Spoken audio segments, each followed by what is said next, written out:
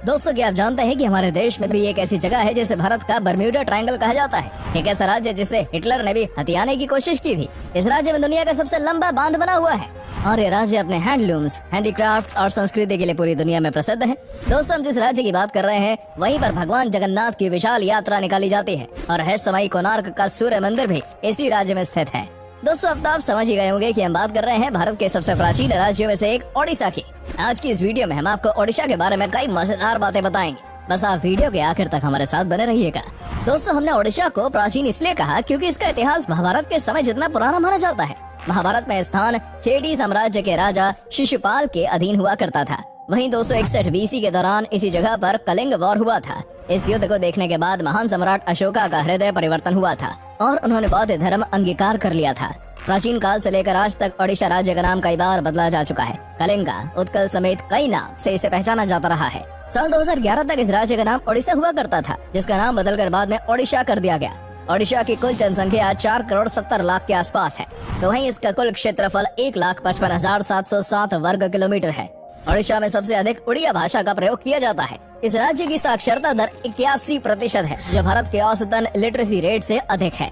ओडिशा राज्य अपने अंदर विभिन्न संस्कृतियों को संजोए हुए है। इस राज्य में 60 से भी अधिक समुदाय के लोग एक साथ रहते हैं। महान सैन्य आर्टिस्ट सुदर्शन पटनायक भी ओडिशा के ही रहने वाले हैं।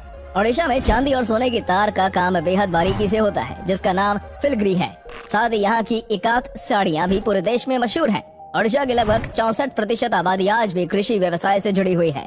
यहाँ पर नारियल, चावल, गन्ना, दालें, मूंगफली और हल्दी आदि का उत्पादन प्रमुख रूप से किया जाता है। ओडिशा में अमरदा एयरस्ट्रिप नाम की एक रहस्यमय जगह है, जिसे भारत का बर्म्यूडा ट्रायंगल भी कहा जाता है। दूसरे विश्व युद्ध के दौरान इस हवाई अड्डे को बनाया गया था, लेकिन पिछले 75 सालों के दौरान इस जगह कई विमान हादसे हो चुके हैं। इसकी वजह यहाँ पर यूरेनियम और रेडियो एक्टिव पदार्थ का होना माना जाता है। हिटलर ने दूसरे विश्व युद्ध के दौरान ओडिशा राज्य पर कब्जा करने की कोशिश की थी। असल में जर्मनी भी परमाणु बम बनाने की कोशिश कर रहा था, जिसके लिए उन्हें यूरेनियम की जरूरत थी। हिटलर को पता लगा कि ओडिशा में यूरेनियम काफी अधिक मात्रा में उपलब्ध है, तो उसने प्लान बनाया क्यों ना पूरे राज्य को ही अपने कब्जे में ले लिया जाए। शायद इसके बाद उन्हें कभी संसाधनों की कमी नहीं होगी।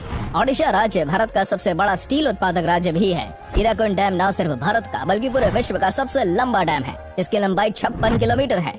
ओडिशा में पारा नाम की एक जगह है, जहाँ पर लोग रात को भी अपने दरवाजे बंद नहीं करते हैं और उन्हें खुला रखकर ही सोते हैं। मयूरभंज ओडिशा की एक जगह है, जिसके बारे में सुनकर आप तारीफ किए बगैर नहीं रह पाएंगे। ये जगह चाइल्ड लेबर से पूरी तरह मुक्त है। वैसे तो भारत में चाइल्ड लेबर गैर कानूनी है, लेकिन फिर भी देश के हर जिले में बच्चों से काम कराया जा रहा है। कुछ मजबूरी में तो कुछ जबरन ये काम कर रहे हैं।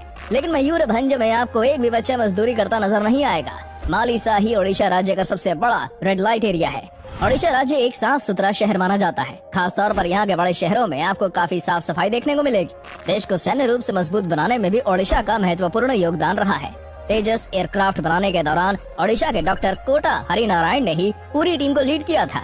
ओडिशा के एपीजे अब्दुल कलाम आइलैंड पर अक्सर मिसाइल्स की टेस्टिंग की जाती है। भारत के शक्तिशाली मिसाइल्स जैसे आकाश, पृथ्वी, ब्रह्मोस और अग्नि जैसे कई मिसाइल्स का परीक्षण इसी आइलैंड पर किया गया है। ओडिशा में एशिया का सबसे बड़ा ओपन थिएटर भी है, जिसमें कृष्ण और कंस के युद्ध के दृश्य दिखाए जाते हैं। सर्फिंग के दीवानों के लिए ओडिशा जन्नत से कम नहीं है। यहाँ हर साल भारतीय सर्फ फेस्टिवल का आयोजन होता है, जिसमें देश विदेश से लोग अपनी अद्भुत प्रतिभा का प्रदर्शन करने आते हैं। ओडिशा में हर साल कई प्रकार के फेस्टिवल्स का आयोजन किया जाता है। पुरी में आयोजित होने वाला भगवान जगन्नाथ की यात्रा के बारे में तो आपने सुना ही होगा। लाखों की संख्या में श्रद्धालु इकट्ठा होकर भगवान जगन्नाथ के रथ को खींचते हैं। कलिंग फेस्टिवल भी यहाँ का एक प्रमुख त्योहार है। दशहरा और दुर्गा पूजा जैसे पर्व भी ओडिशा में धूमधाम से मनाए जाते हैं। धाव महोत्सव, शीतल पष्ठी कार्निवल, चंदन यात्रा और कोणार्क डांस फेस्टिवल जैसे कई त्योहार ओडिशा में मनाए जाते हैं। इन त्योहारों में ओडिशा की अद्भुत संस्कृति और परंपरा की झलक भी देखने को मिलती है। ओडिशा का ओडिसी नृत्य पूरे दुनिया में प्रसिद्ध है। अनेकों बॉलीवुड स्टार्स ओडिशा आकर ये खास कला सीखते हैं। पाला, घुमरा, कर्म, बाघा, ढप जैसे अन्य कई लोक नृत्य ओडिशा की पहचान है।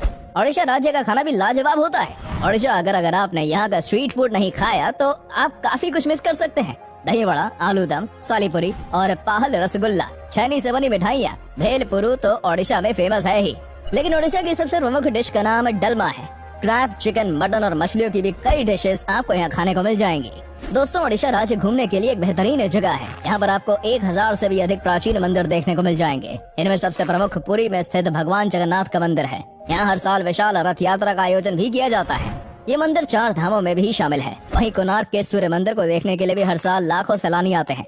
भगवान सूर्यदेव को समर्पित इस मंदिर के ऊपर एक समय पर विशालकाय चुंबक लगी होती थी। उस चुंबक के कारण मंदिर में मौजूद भगवान की मूर्ति हवा में उठी हुई रहती थी, लेकिन चुंबक के अत्यधिक शक्तिशाली होने के कारण समुद्र में से गुजरने वाले जहाजों की दिशा बिगड़ जाती थी, जिसके बाद चुंबक को उतार कर कुछ विदेशी लोग अपने साथ ले गए।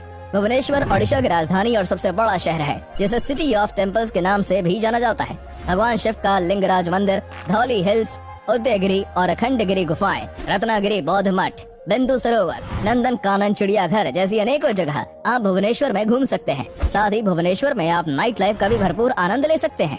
जयपुर ओडिशा की वो जगह है जो प्रकृति प्रेमियों के लिए जन्नत से कम नहीं है। यहाँ के हरे भरे जंगल, घाटियाँ, झरने हर किसी का मन मोह लेते हैं। कई प्रवासी पक्षी भी आपको इस जगह देखने को मिल जाएंगे। दारिंगबाड़ी को ओडिशा का कश्मीर कहा जाता है।